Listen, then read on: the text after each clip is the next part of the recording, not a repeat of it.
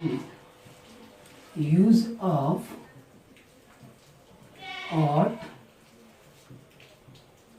to, यानी इससे पहले हम लोग मॉडल वर्ब पढ़े थे मस्ट, और नेक्स्ट ये मॉडल वर्ब हम लोग पढ़ रहे हैं ought to, यानी इसको लोग ought to पढ़ते हैं। बताया जाता है कि ought to इससे पहले जितने भी model verb can, could, may, might, shall, would आया था, उसके तुरंत बाद टू नहीं लगा था, लेकिन ये मॉडल वर्ब जो है ought के तुरंत बाद इसमें टू मिल रहा है। देखिए ये एक तरह से मॉडल वर्ब के एक्सेप्शन रूल के रूप में देखा जाता है, और ought के बाद इसमें टू का प्रयोग किया जाता है। इन अफर्मेटिव सेंटेंस बनाते हैं तो हम लोग क्या करते हैं जी, subject plus ought to plus V1 plus other word होता है।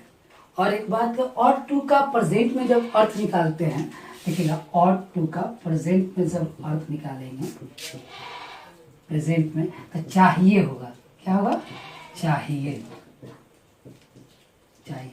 और इसी में ought टू प्लस V1 हो तो वही ought टू सेंटेंस में ought to plus have plus V3 ऐसे स्ट्रक्चर हो, इसका अर्थ निकलता चाहिए था, यानी पास्ट में निकालेंगे। ये आपका क्या है जी, ought टू का प्रयोग है।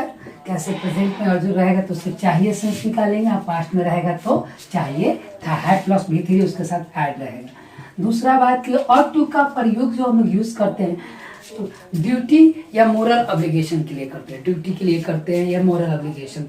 दूसरा ought टू का प्रयोग हम लोग करते हैं एडवाइस देने के लिए, यानी सलाह देने के लिए करते हैं।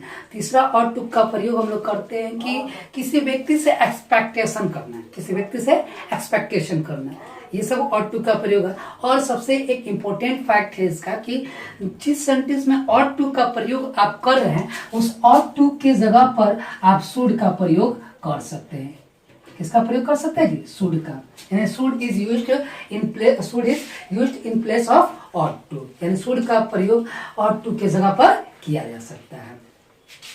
तो स्टार्ट किया जाए, पहला यूज देखा जाए। देखिएगा पहला यूज जो होता है ought to is used to express duty or moral obligation। Duty का अर्थ होता है कर्तव्य, और मोरल ऑब्लिगेशन का अर्थ हो जाएगा नैतिक दायित्व या नैतिक कर्तव्य। यानी ought टू का प्रयोग कर्तव्य या नैतिक दायित्व के भाव को व्यक्त करने के लिए किया जाता है। एग्जाम्पल के रूप में कुछ देखिएगा। इस एग्जाम्पल में हम बताएं कि every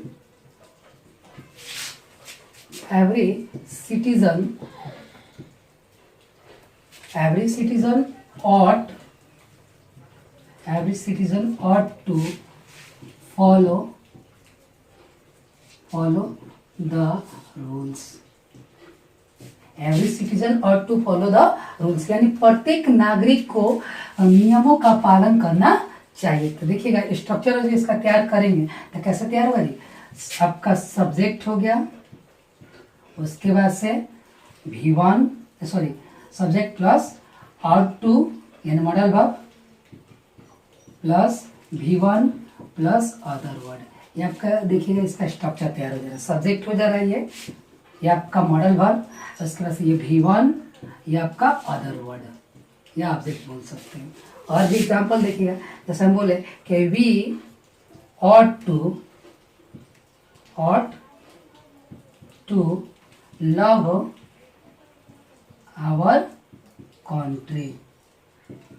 We ought to love our country, हमें अपने देश से प्रेम करना चाहिए। तो ये क्या जी, ought to आपका हो गया, उसके बाद से V1। तो इसका मीनिंग जो निकालेंगे सेंस वो प्रेजेंट में निकालेंगे कि we ought to love our country, हमें अपने देश से प्रेम करना चाहिए। वही देखिएगा, जैसे लिखे कि you ought to respect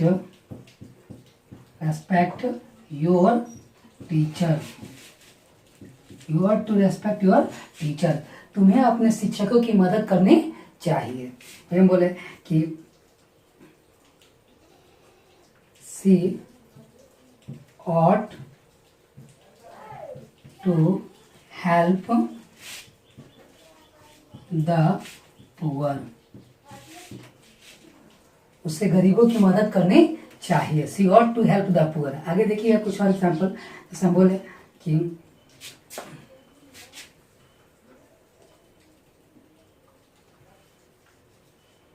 we ought to go, we ought to go, हम लोग को जाना चाहिए। he ought to attend office regularly, he ought to attend office regularly, उसे नियमित रूप से ऑफिस उपस्थित होना चाहिए। वही हम बोले कि we ought to speak the truth, हम लोग को सच बोलना चाहिए। तो देखिए जितने भी सेंटेंस में यूज किया गया इसमें ought to जो यूज हुआ वो खास करके दिखाया गया या तो ड्यूटी है, नहीं तो उनका क्या जी मोरल ऑब्लिगेशन को इंडिकेट कर रहा है। देखिएगा अफर्मेटिव सेंटेंस देखें ought to का प्रयोग ड्यूटी या ऑब्लिगेशन के लिए, उसी का निगेटिव सेंटेंस 2-3 एग्जांपल देखेंगे। निगेटिव सेंटेंस, इसका स्ट्रक्चर हो जाएगा, स्ट्रक्चर सब्जेक्ट, उसके बाद से ought, सब्जेक्ट ought, उसके बाद से not प्लस तब टू होगा plus V1 plus other word, ये आपका निगेटिव सेंटेंस का स्ट्रक्चर है। जैसे हम बोले कि वी एग्जाम्पल के रूप में कि we ought not to waste food, we ought not to waste food, हम लोग को भोजन को बर्बाद नहीं करना चाहिए। तो एक तरह से क्या है ये ड्यूटी है या इसको मोरल ऑब्लिगेशन बोल सकते हैं। वही हम बोले कि people ought not to take bribes, people ought not to take bribes, यानी लोगों को क्या नहीं करना चाहिए, रिश्वत नहीं लेनी चाहिए। तो हम बोले कि प्रिया ought not to go, प्रिया को नहीं जाना चाहिए। इसके बाद से जैसे हम बोले कि we ought not to tell a lie, हम लोग को झूठ नहीं बोलना चाहिए। यानी ये आपका क्या है निगेटिव सेंटेंस है किसका जी ought to का ड्यूटी या ऑब्लिगेशन को बताने के लिए। देखिएगा इंट्रोगेटिव सेंटेंस और इसमें देखा जाए इंट्रोगेटिव सेंटेंस, इसका स्ट्रक्चर जो होता है यानी रूल, और जो WH वर्ड होगा तो WH वर्ड को लिख देंगे, नहीं होगा तो आगे बढ़ेंगे तो ought, उसके बाद से not होगा तो ought और सब्जेक्ट, यदि सेंटेंस में not होगा तो not का प्रयोग करेंगे, नहीं होगा तो आगे बढ़ेंगे उसमें से